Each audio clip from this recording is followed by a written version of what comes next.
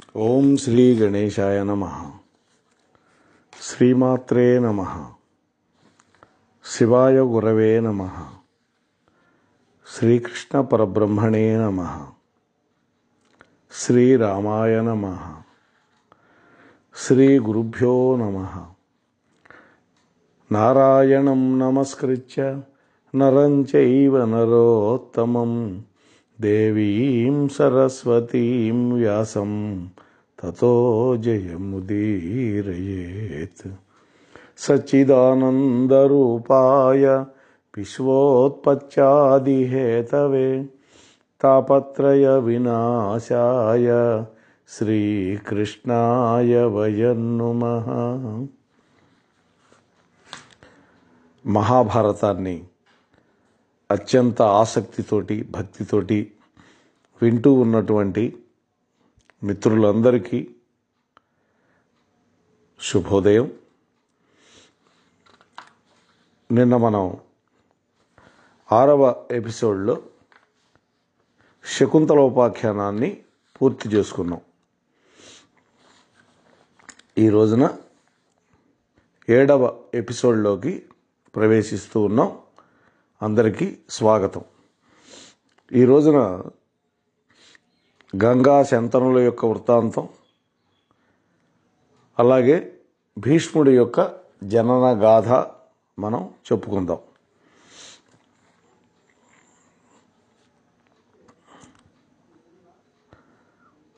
ఆ విధంగా జరుగుతున్నది కాలం. కొంతకాలానికి సూర్యభగవానుడి యొక్క పుత్రిక అయినటువంటి తపతి వల్ల సంవరుణుడు అనేటువంటి రాజుకి కురు అనేటువంటి ఒక కుమారుడు పుట్టాడు. సూర్యుడు పుత్రిక అయినటువంటి తపతి, ఆమె వల్ల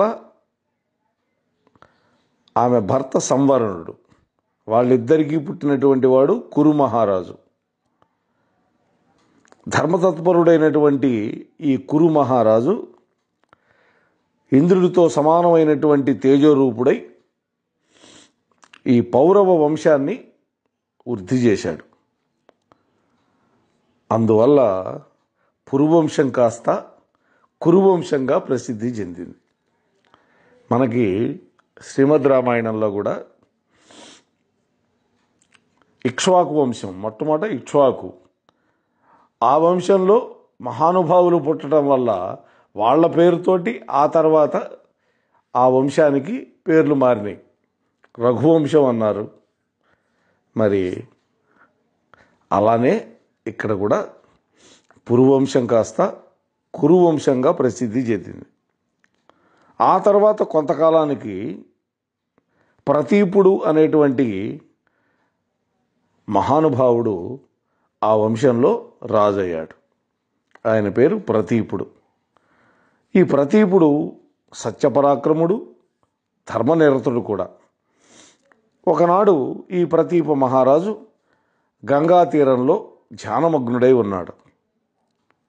అప్పుడు ఒక అద్భుతమైనటువంటి సౌందర్యవతి వచ్చి ఈ ప్రతీపుడి యొక్క తొడ మీద కూర్చుంది. చూడండి, ప్రతీపుడు కళ్ళు తెరిచాడు. ధ్యానభంగం కావటం వల్ల అద్భుతమైనటువంటి అందంతో శోభిల్లేటటువంటి ఆమెను చూసి, ఓ శుభాంగి, నీవెవరు, నీకేం కావాలి, ఎందుకని ఇలా నా యొక్క తొడ మీద కూర్చున్నావు అని అడిగాడు. ఓ రాజా, నేను గంగాదేవిని. నా మనస్సు మిమ్మల్ని ఆశించింది, నా హృదయం మిమ్మల్ని వరించింది, నాలో మీ మీద ప్రేమ చిగురించింది. ఇక అది ఫలించటం అనేది మీ అనుగ్రహం మీద ఆధారపడి ఉంది. కామ పరవశురాలునై సమీపించినటువంటి కాంతని సజ్జనులైనటువంటి వాళ్ళు విస్మరించరు అనేది తెలియని విషయం కాదు కదా మహారాజా అన్న. అప్పుడు ఆ మహారాజు అంటున్నాడు, భామిని, మేము పురువంశీకులం, కురువంశీకులం, ధర్మ తత్పరతతో పరిపాలించేటటువంటి ప్రభువులం. కామవశంతో కాకుండా ధర్మవశులమై పరస్త్రీలతో చరించడమే మా నియమం అని ప్రతీపుడు అన్నాడు. ఓ రాజా, నేను అమంగళం అనేది ఎరగనటువంటి అకళంకమైనటువంటి చరిత్ర కలిగిన దాన్ని. మిమ్మల్ని అభిమానించి వచ్చాను, అనురాగంతో వచ్చాను. మీకు నేను అయోగ్యురాలని కాను కదా. పైగా అద్భుతమైనటువంటి సౌందర్యము, తేజస్సు నాలో ఉన్నది అని గంగాదేవి అన్నది. చూడండి వాళ్ళ సంభాషణ ఎలా సాగుతోందో. ఓ కళ్యాణి, నీ ఆశకి నీవే అవరోధంగా మారావు. నీవు ఆశపడి చరించాలి అనుకున్నటువంటి దారిని నీవే మూసేసుకున్నావు. ఎందుకంటావా? నీవు కూర్చున్నది నా కుడి తొడ మీద. ఆ కుడి తొడ అనేది బిడ్డలు, మనుమలు, కోడళ్ళు కూర్చోవలసినటువంటి స్థానం. ఆడబిడ్డలంటే కూతుళ్ళు. కామభోగానుభవం కోరేవారు ఎడమ తొడ మీద కూర్చోవాలి. అందుకనే ఇప్పటికీ భార్య పూజలో ఎడమ వైపు మన వైపు ఉంటుంది కూర్చొని. ఇది ధర్మం. నీవందుకు విరుద్ధంగా ప్రవర్తించావు కాబట్టి నిన్ను నా బిడ్డగా భావిస్తున్నాను. కామదృష్టితో నిన్ను నేను స్వీకరించలేను. కానీ నా ఇంటి కోడలుగా నిన్ను మాత్రం అంగీకరించగలను అన్నాడు ప్రతీపుడు.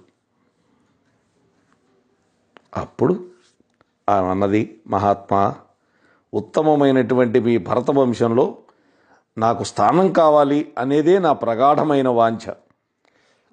మీరు చెప్పినట్లుగా మీ పుత్రుని నేను వరించగలుగుతాను అని గంగాదేవి చెప్పి అక్కడికక్కడే అంతర్ధానం అయిపోయింది, మాయమైపోయింది. ప్రతీప మహారాజు ఆ తర్వాత ఒక పుత్రుని కన్నాడు.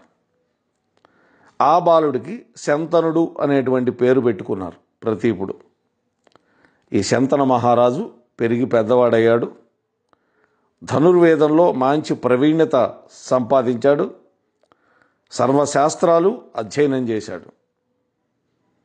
అటువంటి ధర్మతత్పరుడైనటువంటి శంతనుణ్ణి తన యొక్క రాజ్యానికి అభిషిక్తుని చేశాడు ప్రతీప మహారాజు.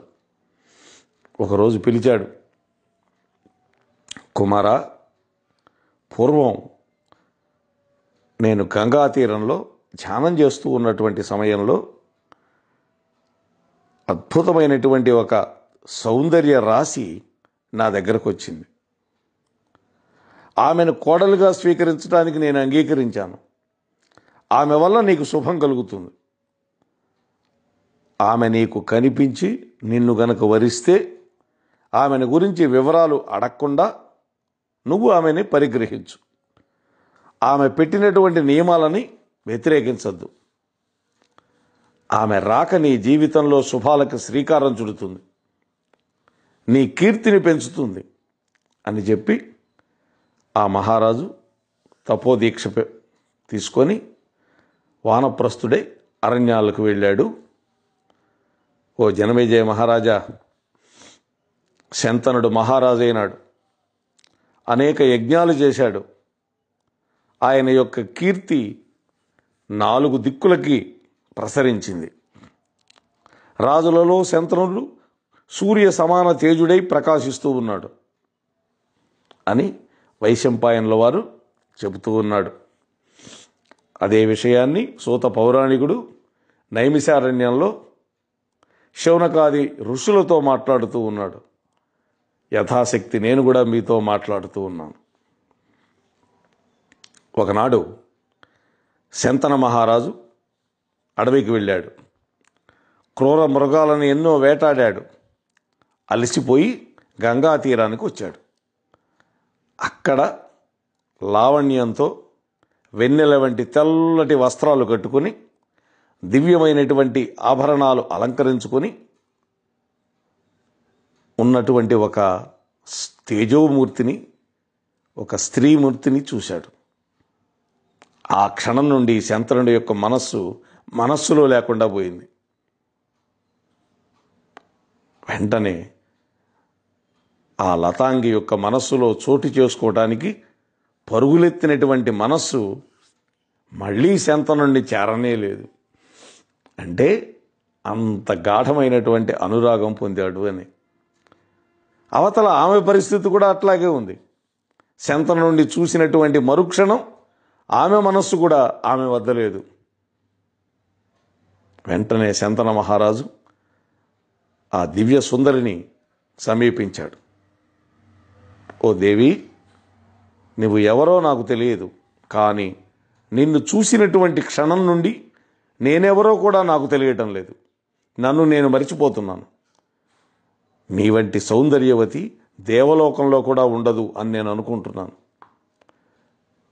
నీవు నా పత్నివికా, నన్ను పెళ్లి చేసుకో అన్నాడు శంతన మహారాజు. అప్పుడు ఆమె అన్నది, రాజా, రూపవంతులు గుణవంతులు అయినటువంటి మిమ్మల్ని భర్తగా పొందటానికి నాకేం అభ్యంతరం లేదు. అయితే నాదొక నియమం ఉంది. దాన్ని మీరు గనక జవదాటకుండా ఉంటే నేను మిమ్మల్ని పెళ్లి చేసుకుంటాను. మీరు నాకు మాట ఇవ్వాలి అన్న. ప్రభు, నేను ఇప్పుడే మీ భార్యను అవుతాను. అయితే నేను చేసే పనులకు మీరు అడ్డు చెప్పకూడదు. నా మనస్సును బాధించే మాటలు మాట్లాడకూడదు. ఈ నియమానికి మీరు గనక కట్టుబడి ఉండాలి. దీనిని మీరు అతిక్రమించినటువంటి మరుక్షణం మిమ్మల్ని విడిచిపెట్టి నేను వెళ్ళిపోతాను అన్నది. మోహం పొందాడు కదా శంతనుడు. రెండోది తండ్రి కూడా చెప్పాడు వానప్రస్థానికి వెళ్ళేటప్పుడు. అందువల్ల శంతనుడు ఈ నియమాలన్నీ అంగీకరించాడు. ఆమెను వివాహం చేసుకున్నాడు. తండ్రి చెప్పినటువంటి మాటలు మాత్రం శంతనుడు మర్చిపోలేదు. గంగాదేవి పెట్టినటువంటి షరతులు ఆయన మనస్సులో నిరంతరం కదులుతూనే ఉన్నాయి. గంగకు ఏ విధమైనటువంటి కష్టం కలగకుండా నడుచుకుంటూ ఉన్నాడు. ఆమెతో దివ్యమైనటువంటి భోగాలన్నీ అనుభవిస్తూ ఉన్నాడు. కాలం గడిచింది. గంగాదేవి ఒక బిడ్డను ప్రసవించింది. శంతనుడి యొక్క ఆనందం ముందు సముద్రం చిన్న గుంటలాగా కనిపించింది. అంటే అంత ఆనందపడ్డాడు. అయితే ఆ బిడ్డ ప్రసవించగానే ఆ నెత్తురుగుడ్డుని చేతిలో తీసుకొని గంగా తీరానికి వచ్చి ఆ గంగమ్మ పురిటి బిడ్డను ఆ నదిలో విడిచిపెట్టి, కుమారా, నీకు విముక్తిని ప్రసాదిస్తున్నాను అన్నది. పుట్టిన బిడ్డను పుట్టినట్టే నదిలో పడేసింది. పైగా ఏం చెప్పింది? నీకు విముక్తిని ప్రసాదిస్తున్నాను అన్నది. గంగాదేవి యొక్క ఈ వింత ప్రవర్తన శంతనుడికి మింగుడు పడలేదు. మనస్సు ఎంతో బాధపడింది. ప్రథమ పుత్రుడు, రాజ్యాధికారి కావాల్సినటువంటి వాడు ఈ విధంగా గంగపాలైపోయినాడు కదా.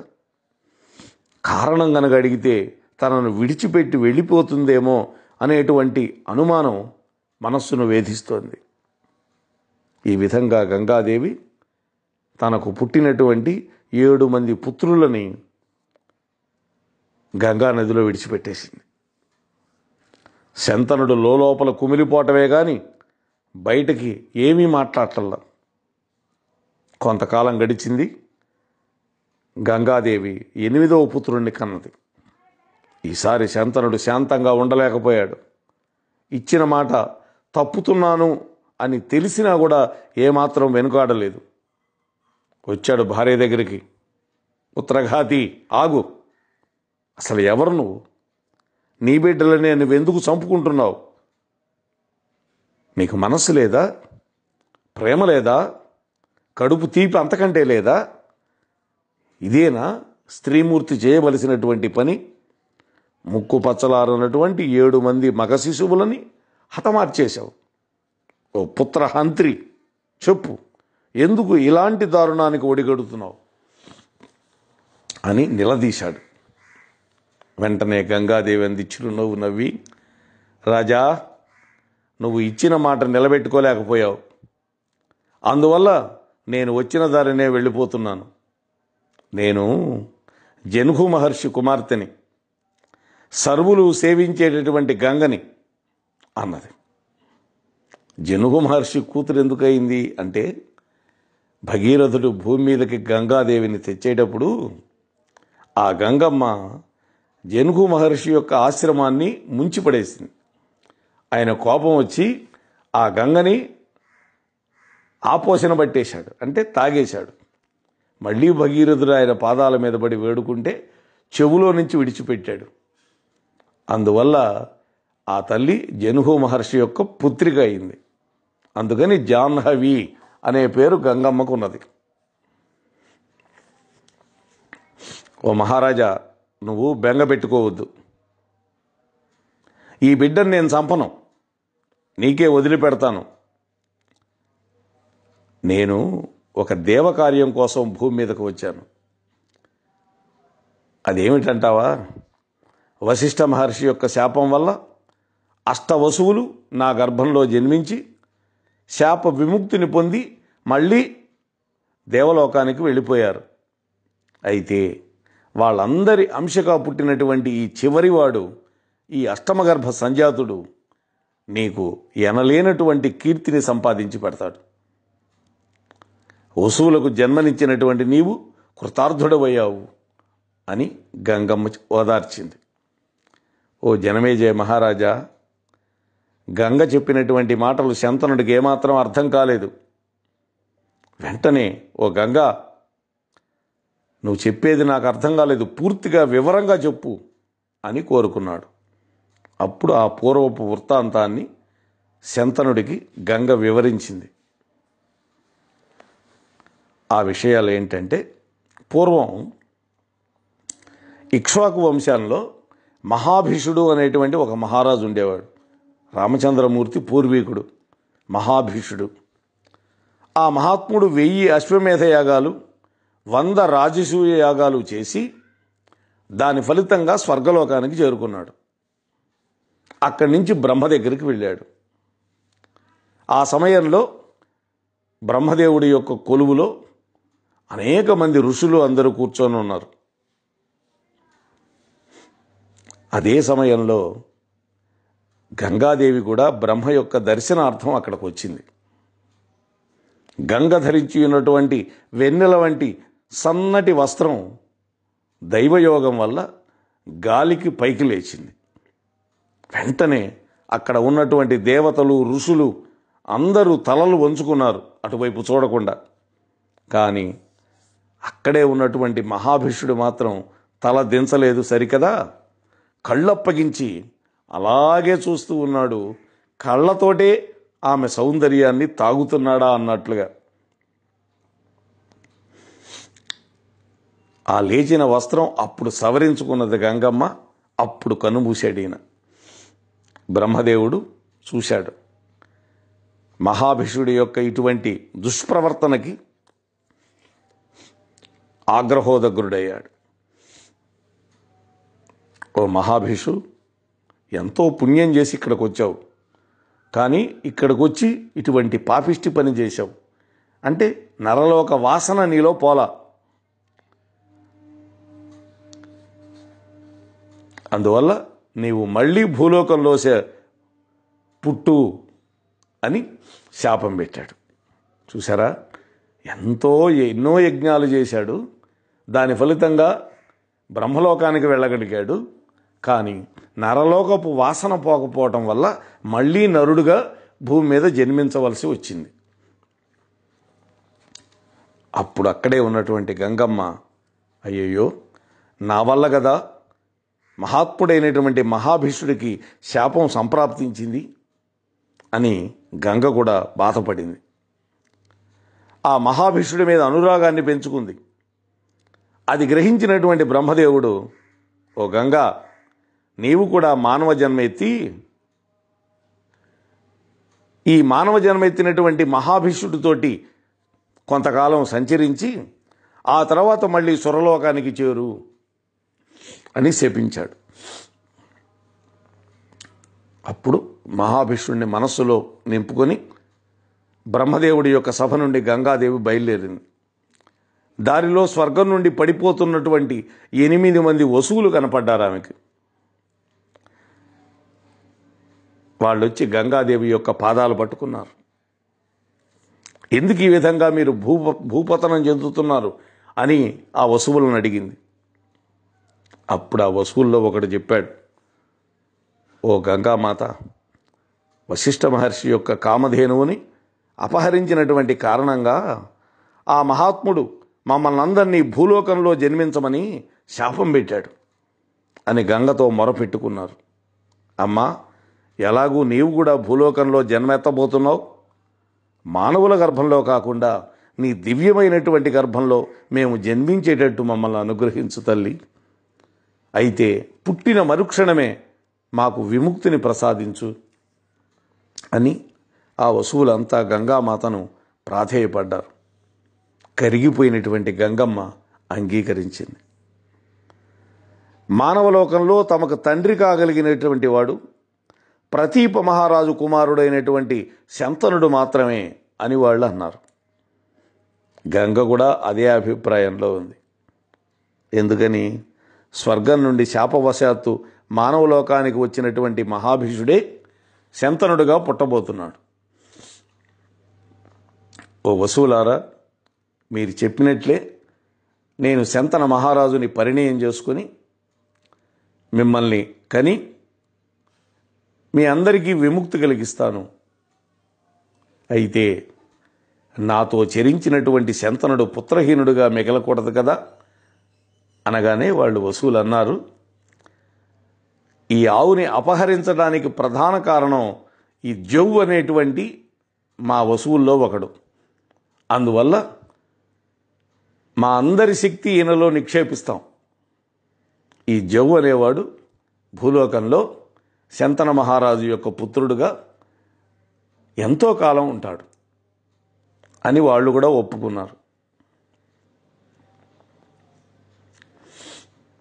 కానీ వసువుల యొక్క తేజంతో ఆవిర్భవించేటటువంటి ఆ వ్యక్తికి మానవలోకంలో సంతానం మాత్రం ఉండకూడదు అని వాళ్ళు కోరుకున్నారు. సంతానం ఉండదని చెప్పారు. అంతేకాదు, ఆ మహాత్ముడు గొప్ప పరాక్రమవంతుడిగా కీర్తించబడతాడు, ధర్మవేత్తగా కీర్తించబడతాడు. ఇది అందుకనే భీష్ముడికి వివాహం లేదు. ఓ జనమేజయ మహారాజా, ఈ విధంగా పూర్వ వృత్తాంతాన్ని శంతనుడికి వినిపించింది గంగాదేవి. చివరగా ఒక మాట చెప్పింది, ఓ రాజా, మన పుత్రుడైనటువంటి ఈ బాలుడు రూపంలో, గుణంలో, పరాక్రమంలో, ధర్మజీవనంలో మిమ్మల్ని మించినవాడవుతాడు. ఇక నేను మీ నుండి దూరంగా వెళుతున్నాను. మన బిడ్డ చంటి పిల్లవాడు, తల్లి దగ్గర పెరగవలసినటువంటి వాడు. అందువల్ల ఈ పిల్లవాడిని పెంచి పెద్ద చేసి ఆ తర్వాత మీ వద్దకు పంపిస్తాను. ఇక నాకు సెలవు ప్రసాదించండి. మీరు నన్ను ఎప్పుడు తలుచుకుంటే అప్పుడు నేను మీ ముందు ఉంటాను అని చెప్పి కుమారుణ్ణి తీసుకొని గంగామాత వెళ్ళిపోయింది. శంతనుడు ఒక్కడే మిగిలిపోయాడు. ఈ విధంగా గంగాదేవి వెళ్ళిపోయిన తర్వాత శంతన మహారాజు విచారవదనంతో అంతఃపురానికి వచ్చాడు. ధర్మ పరిపాలనలో ఆయన అసమాన తేజోవంతుడు.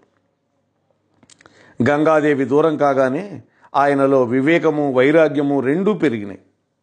నిరంతరము తపోదీక్షలో ఉంటూ ప్రజలను కన్న బిడ్డల్లాగా పరిపాలిస్తూ ఉన్నాడు.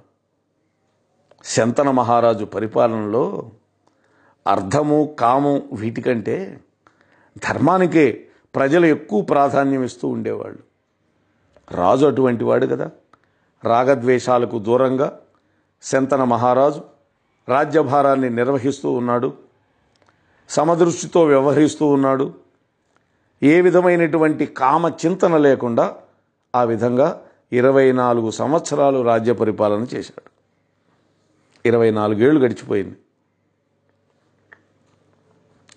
ఈ మహాభారత ఇతిహాసానికి ముఖ్యమైనటువంటి కారకుడు శంతన మహారాజే. ఇది మర్చిపోకూడదు మనం.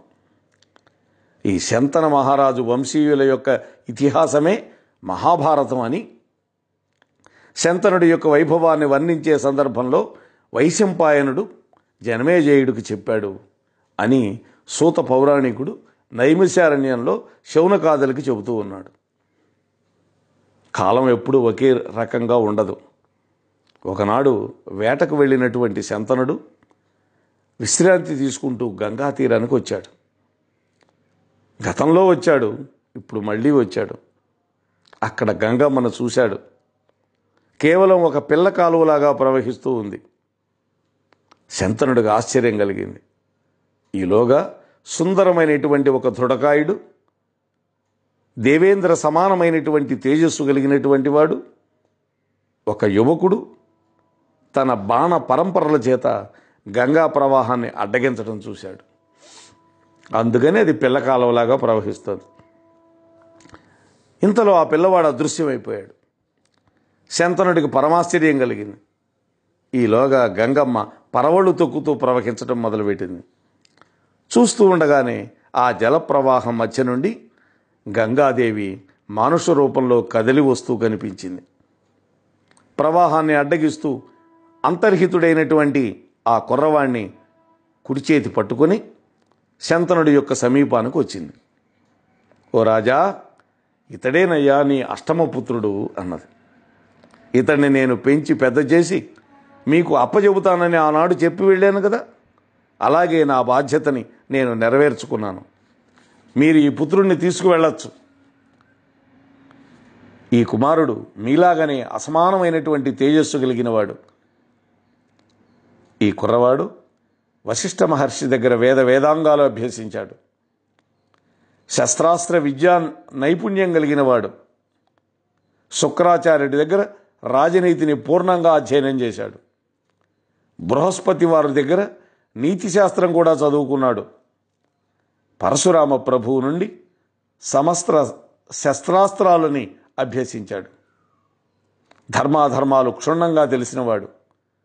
అర్థశాస్త్రాన్ని పూర్ణంగా ఎరిగినటువంటి వాడు. అటువంటి ఉత్తముడైనటువంటి బిడ్డని మీకు అప్పగిస్తున్నాను. దేవతల అనుగ్రహానికి పాత్రుడైనటువంటి ఈ బిడ్డని దేవవ్రతుడు అనేటువంటి పేరుతో వ్యవహరించండి అన్నాడు. దేవవ్రతుడు భీష్ముడి యొక్క మొదటి పేరు అది. భీష్ముడు అనేది బిరుదునామం. బిరుదునామమే ఆయనకి శాశ్వతమైపోయిన తర్వాత. అలాగే మహారాజా, నా నుంచి పుట్టాడు కాబట్టి గాంగేయుడు అని కూడా అంటారు. మీకు కూడా కుమారుడు కాబట్టి శాంతనుడు అంటారు. శంతన కుమారుడు కాబట్టి శాంతనవుడు అని పేరు.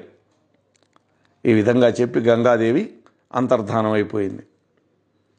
ఆ తర్వాత గాంగేయుడిని వెంట పెట్టుకొని ఇంద్రుడు అమరావతి నగరంలో ప్రవేశించినట్లుగా శంతన మహారాజు హస్తినాపురంలోకి ప్రవేశించాడు.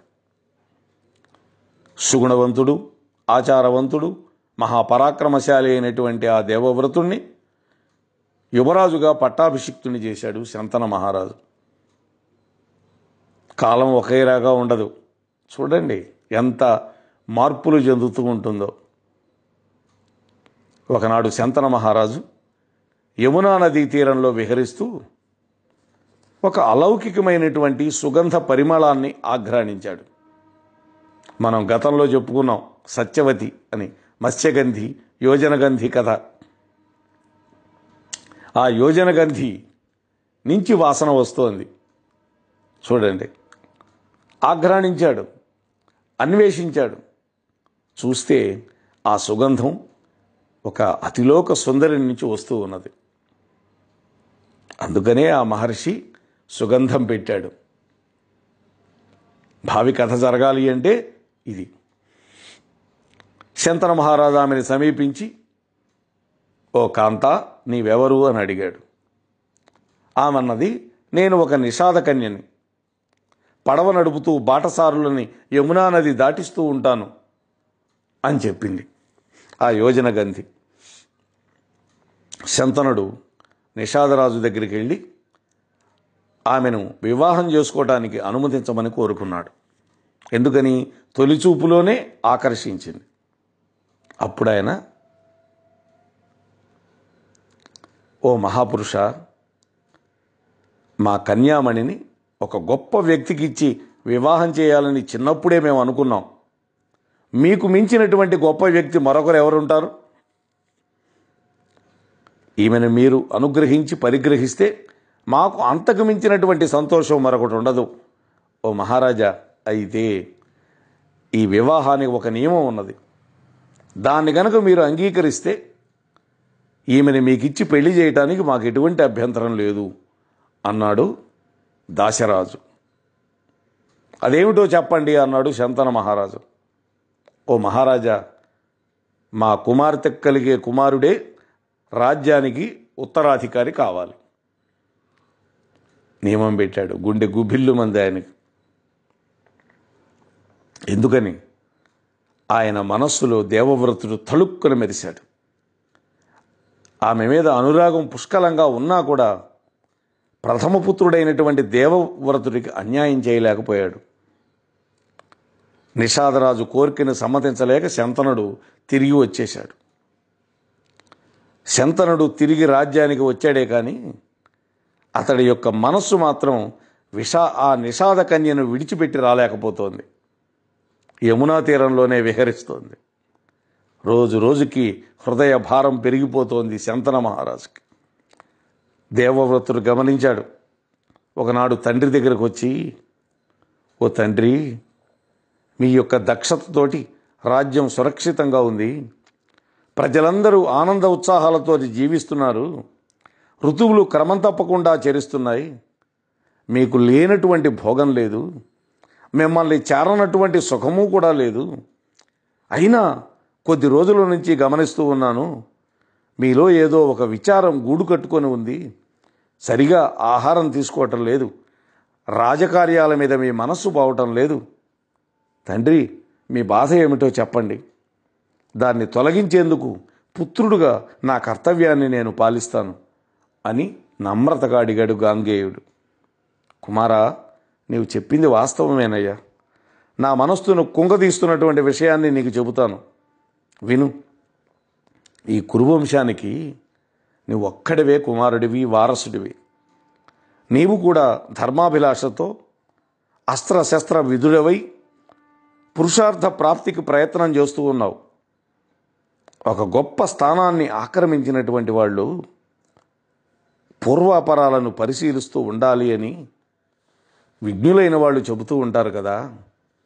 చూడు నాయనా, నీవు ఒక్కడివే వంశాంకురానివి. ఒక పుత్రుడు పుత్రుడు కాదు, ఒక కన్ను కన్ను కాదు అని పెద్దలు అంటారు. ఒకవేళ నీకేదైనా ఆపద సంభవిస్తే ఆ క్షణమే మన వంశం కాస్త అంతరించిపోతుంది. నీవు 100 మంది పుత్రుల కంటే ఎక్కువ అని నా అభిమతం. కానీ పరిస్థితులు మన అధీనంలో ఉండవు కదా నాయన. ఈ వంశం నీతోనే ఆగిపోకూడదు అనేది నా విచారానికి కారణం అన్నాడు. చూసారా, అంటే నేను మరికొంతమంది పిల్లల్ని కనాలి అనుకుంటున్నాను అనేది అతని ఉద్దేశం అని ఆ మాట చెప్పడం. కానీ నర్మగర్భమైనటువంటి ఈ మాటలని మహాజ్ఞాని అయినటువంటి భీష్ముడు అని అనుకుంటున్నాం, కానీ దేవవ్రతుడు వెంటనే ఆ తండ్రి యొక్క మనోరథం గ్రహించాడు. దీనికి తీగ ఎక్కడ ఉందో వెతకాలి అనుకున్నాడు. తండ్రి గారి యొక్క సారథిని పిలిచాడు. మెల్లగా తీగలాగాడు. డొంక దానంతటదే కదిలింది. తెలిసిపోయింది విషయం. నిషాదరాజుకి శంతన మహారాజుకి జరిగినటువంటి సంభాషణని దేవవ్రతుడికి పూసగుచ్చినట్టు చెప్పాడు ఆ సారథి.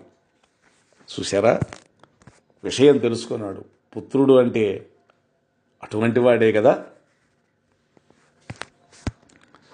వెంటనే దేవవ్రతుడు కురువంశ పెద్దలందరినీ వెంట పెట్టుకున్నాడు, మంత్రులను వెంట పెట్టుకున్నాడు. తండ్రికి మాత్రం తెలియనీయకుండా నిషాదరాజు దగ్గరికి వెళ్ళిపోయాడు. అన్ని విషయాలు ఆయనతో చర్చించాడు. ఆ కన్యను తన తండ్రికి ఇవ్వడానికి సంసిద్ధతను తెలిపినటువంటి నిషాదరాజు ఆమెకు పుట్టే బిడ్డకే రాజ్యాధికారం ప్రాప్తించాలి అని పట్టుబట్టాడు. కొన్ని క్షణాల పాటు ఆలోచించాడు గాంగేయుడు. ఆ తర్వాత వెంటనే సమ్మతించాడు. కానీ ఆయన అన్నాడు, ఓ రాజకుమారా, దేవవ్రత, నా వద్ద పెరిగినటువంటి ఈమె పేరు సత్యవతి, ఒక ఆర్యపురుషుడి యొక్క కుమార్తె. ఈమె బిడ్డ రాజు కావాలి అనేది మా ప్రగాఢమైనటువంటి వాంఛ. మా కోరికను మీరు అంగీకరించారు, సంతోషమే. మీరు తీసుకున్నటువంటి నిర్ణయం కూడా గొప్పది. కానీ భవిష్యత్తులో మీకు కలగబోయే సంతానం మీలాగే మీరు చేసిన నిర్ణయానికి కట్టుబడి ఉంటుందని నమ్మకం ఏంటి? మీరు మంచివాళ్ళు, మీరు ఒప్పుకున్నారు. మీ పుత్రులు రేపు వ్యతిరేకిస్తే? మీరు బలవంతులు, మీతో విరోధం తెచ్చుకోవడం మాలాంటి వాళ్ళకి మంచిది కాదు కదా. అలాగని మీ నిర్ణయాన్ని మేము మార్చుకోలేం, మా నిర్ణయాన్ని మేము మార్చుకోలేం. అందువల్ల మీరే ఆలోచించి నిర్ణయించుకోవాలి అని అన్నాడు నిషాదరాజు. ఈ మాటలు విన్నాడు దేవవ్రతుడు. వెంటనే దృఢచిత్తుడయ్యాడు.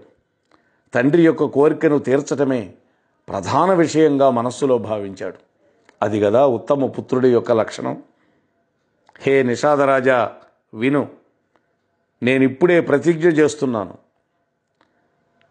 ఓ ఋషిగణములారా, ఓ దేవతాగణములారా, ఓ అష్టదిక్పాలకులారా, ఓ పంచభూతములారా, అందరూ వినండి. నాలాగా గతంలో ఎవరూ ప్రతిజ్ఞ చేసి ఉండరు, భవిష్యత్తులో ఎవరూ ఇలాంటి ప్రతిజ్ఞ చేయబోరు. వినండి, ఇదే నా ప్రతిజ్ఞ. రాజ్యం మీద నాకున్న అధికారాన్ని కొన్ని క్షణాల ముందే నేను విడిచిపెట్టాను. ఇప్పుడు సంతాన వాంఛను కూడా విడిచిపెడుతున్నాను. పుట్టింది మొదలు నేను అసత్యమాడి ఎరగను. సత్యదీక్షతో నేను ఈ మాట చెబుతున్నాను. స్త్రీ సంగమాన్ని జన్మాంతరం వరకు నేను విడిచిపెడుతున్నాను. ఇక నుంచి స్త్రీ సంగమాన్ని విడిచిపెడుతున్నాను అన్నాడు. ఇదం మే వ్రతమాచ్య సత్యం సత్యవతాం వర నైవ జాతో నవా జాత ఈదృశం వక్తుముత్సహేత్. ఓ నిషాదరాజా, ఈ సత్యవతీదేవి కుమారుడే హస్తినాపురానికి రాజ్యాధికారి అవుతాడు. నీ కుమార్తెను నా తండ్రికి సమర్పించు నిస్సందేహంగా అన్నాడు దేవవ్రతుడు. దేవవ్రతుడు ఈ ప్రతిజ్ఞ చేస్తూ ఉండగా అక్కడ ఉన్న వాళ్లతో పాటు నిషాదరాజు యొక్క శరీరం పులకించిపోయింది. సత్యవతిని శంతన మహారాజుకి ఇవ్వడానికి అంగీకరించాడు. దేవవ్రతుడు ప్రతిజ్ఞ చేయగానే ఆకాశం నుంచి దేవతలు, ఋషులు, గంధర్వులు ఆ మహాత్ముడి మీద పుష్పవాన కురిపించారు. భయంకరమైన ప్రతిజ్ఞ చేసినటువంటి దేవవ్రతుడు ఇక మీదట భీష్ముడు అనేటువంటి నామంతో ఖ్యాతి వహించుగాక అనేటువంటి శబ్దం ఆకాశంలో ప్రతిధ్వనిస్తూ అందరికీ వినపడింది. అది భీష్ముడి యొక్క వైభవం. వెంటనే భీష్ముడు సత్యవతీదేవిని రథం ఎక్కుచుకొని హస్తినాపురానికి తీసుకువచ్చి తండ్రికి అప్పగించాడు. శంతనుడు మహదానందపడ్డాడు. ఆ తర్వాత దేవవ్రతుడు ప్రతిజ్ఞ చేసి భీష్ముడుగా మారినటువంటి విషయం ఎప్పుడైతే తెలిసిందో శంతనుడు మిశ్రమ భావాలతో చెలించిపోయాడు. అంటే సత్యవతి తనకు లభించినందుకు ఒక పక్క సంతోషం, కానీ భీష్ముడి యొక్క జీవితం హారతి కర్పూరంగా మారిపోయినందుకు విచారం. శంతనుడు మనస్సులో కలవరంతో చెలించిపోయాడు. అయితే త్తండ్రి యొక్క మనస్సు కలత చెందకుండా భీష్ముడు ఆనందోత్సాహాలతో తండ్రికి కనపడ్డాడు. ఏడు మొహంతో కనపడలా. మహాత్యాగి అయినటువంటి భీష్ముడికి శంతనుడు ఒక వరం ఇచ్చాడు. నాయనా, నా తపశ్శక్తి వల్ల నీకు స్వచ్ఛంద మరణం ప్రాప్తించేటట్టు అనుగ్రహిస్తున్నాను అన్నాడు. అంటే ఎప్పుడు కోరుకుంటే అప్పుడు మరణం రావటం. భీష్ముడు మరణించాలి అనుకుంటేనే మరణిస్తాడు, లేకపోతే జీవించే ఉంటాడు. ఆయన్ని ఎవరూ చంపలేరు. అదే దాని అర్థం. ఈ విధంగా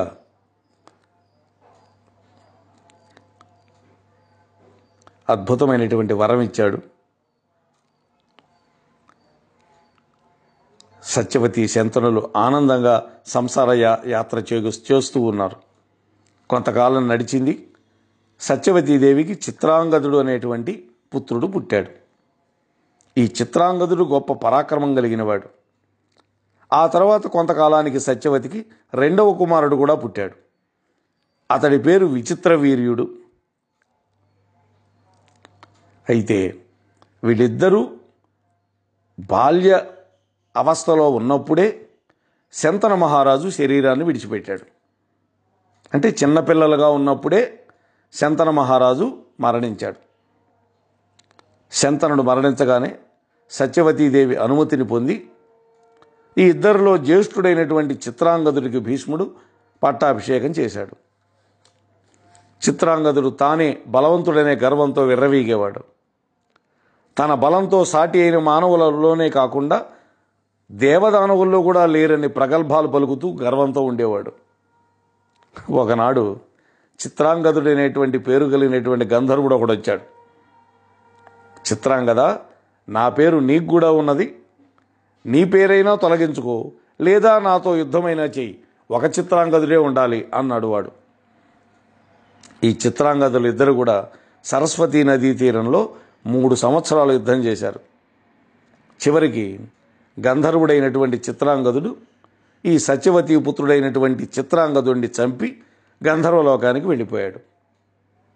చిత్రాంగదుడికి అంత్యక్రియలు నిర్వహించారు. ఆ తర్వాత మరొక మార్గం లేనందువల్ల వయస్సులో చిన్నవాడైనటువంటి విచిత్రవీర్యుణ్ణి పట్టాభిషిక్తుని చేశాడు భీష్ముడు. విచిత్రవీరుడు రాజయ్యాడు. ధర్మ సూక్ష్మాలు, రాజధర్మాలని పూర్తిగా తెలిసినటువంటి భీష్ముడి యొక్క అనుమతిని, ఆజ్ఞలని పాటిస్తూ విచిత్రవీర్యుడు రాజ్యాన్ని పరిపాలించడం మొదలుపెట్టాడు. భీష్ముడు కూడా విచిత్రవీర్యుడికి విద్యాబుద్ధులు నేర్పుతూ చక్కగా నడిపించాడు. విచిత్రవీర్యుడు కూడా భీష్ముడి పట్ల పూజ్యభావంతో ఉంటూ ఉన్నాడు. మరి అటువంటి సమయంలో ఈ విచిత్రవీరుడు ఏమైనాడు? ఆ తర్వాత కురువంశం మళ్ళీ ఏ విధంగా ప్రవర్ధమానమైంది? ఈ విశేషాలన్నీ కూడా రేపు 8వ ఎపిసోడ్లో కృష్ణానుగ్రహంతో మనమంతా శ్రవణం చేసే ప్రయత్నం చేద్దాం. అంతవరకు మీ దగ్గర సెలవు పుచ్చుకుంటున్నటువంటి మీ ధర్మవరపు వెంకటరమణ. స్వస్తి.